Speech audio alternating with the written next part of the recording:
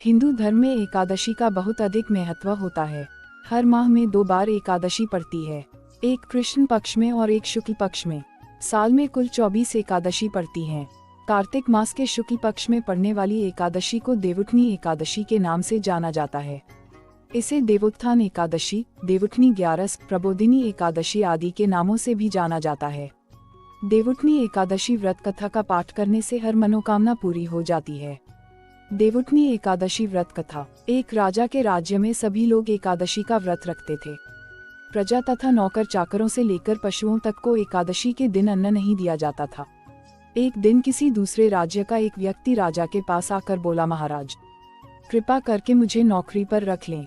तब राजा ने उसके सामने एक शर्त रखी कि ठीक है, रख लेते हैं, किंतु रोज तो तुम्हें खाने को सब कुछ मिलेगा, पर एकादशी को अन्न नहीं मिलेगा। उस व्यक्ति ने उस समय हाँ कर ली, पर एकादशी के दिन जब उसे फलाहार का सामान दिया गया तो वह राजा के सामने जाकर गिड़गिड़ाने लगा, महाराज इससे मेरा पेट नहीं भरेगा, मैं भूखा ही मर जाऊंगा, मुझे अन्न दे दो। राजा ने उसे शर्त की बात याद दिलाई, पर वह अन्न छोड़ने को राजी नहीं हुआ। तब राजा ने उसे आटा, दाल, चावल आदि दिए। वह नित्य की तरह नदी पर पहुंचा और स्नान कर भोजन पकाने लगा। जब भोजन बन गया तो वह भगवान को बुलाने लगा, आओ भगवान, भोजन तैयार है। उसके बुलाने पर पीताम्बर धारण किए भगवान चतुर्भुज रूप में आ पहुँचे और प्रेम से उसके साथ भोजन करने लगे। भोजन करके भगवान अंतर्धान हो गए और वह अपने काम पर चला गया।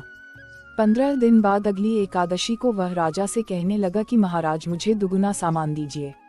उस दिन तो मैं भूखा ही रह गया।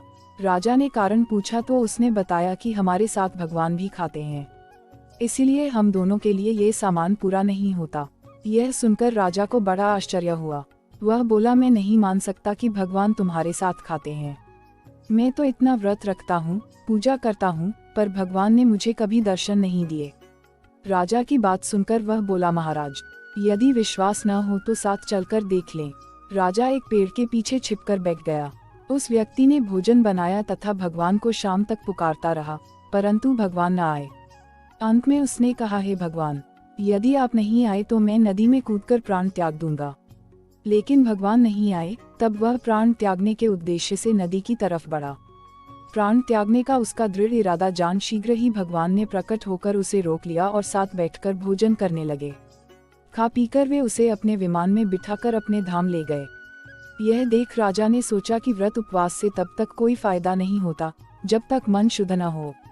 इससे राजा को ज्ञान मिला। वह भी मन से व्रत उपवास करने लगा और अंत में स्वर्ग को प्राप्त हुआ। तो कैसा लगा आपको ये वीडियो? कमेंट सेक्शन में अपना राय देना ना भूले और अगर चैनल में कोई नए हैं तो लाइक, शेयर और सब्सक्राइब करें। धन्यवाद। भोलेनाथ की कृपा आप पर हमेशा बनी रहे।